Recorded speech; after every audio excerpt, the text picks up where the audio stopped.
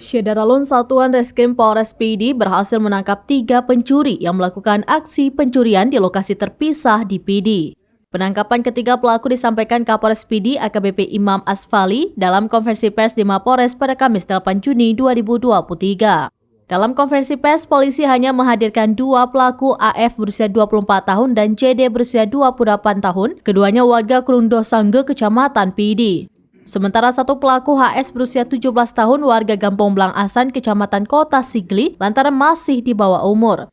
Saat konferensi pers, polisi menjelaskan pelaku AF dan CD menggasak rumah Samsinar berusia 59 tahun di Gampong Pantelok Kaju, Kecamatan Indrajaya PD.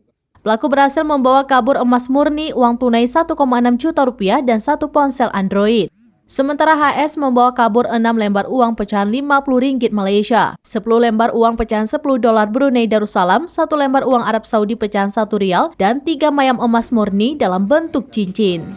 Warga pelaku ini dari kecamatan lain dan kecamatan Indrajaya. Nah, ini apakah ada keterlibatan orang lain yang menunjukkan rumah itu? Kemudian apakah ada jaringan lain, keterlibatan orang lain dan sebagainya, ini masih kami bicarakan. Ini kejadiannya itu berarti kapan itu, Pak? Kemarin. Peristiwa malam atau malam, kemudian dilaporkan, ya kan?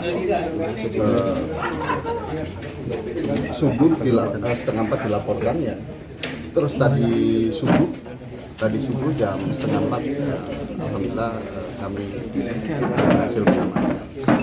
untuk mengetahui awal korbannya mengetahui kehilangan barang. Korban mengetahui sudah barang-barang itu sudah nggak ada di situ. Setelah bangun melakukan aktivitas sholat subuh dan sebagainya tidak ada.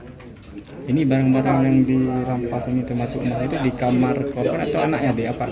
Ada di kamar anaknya, ada ya kan, HP itu di kamar anaknya, kemudian termasuk sama uangnya masih lain.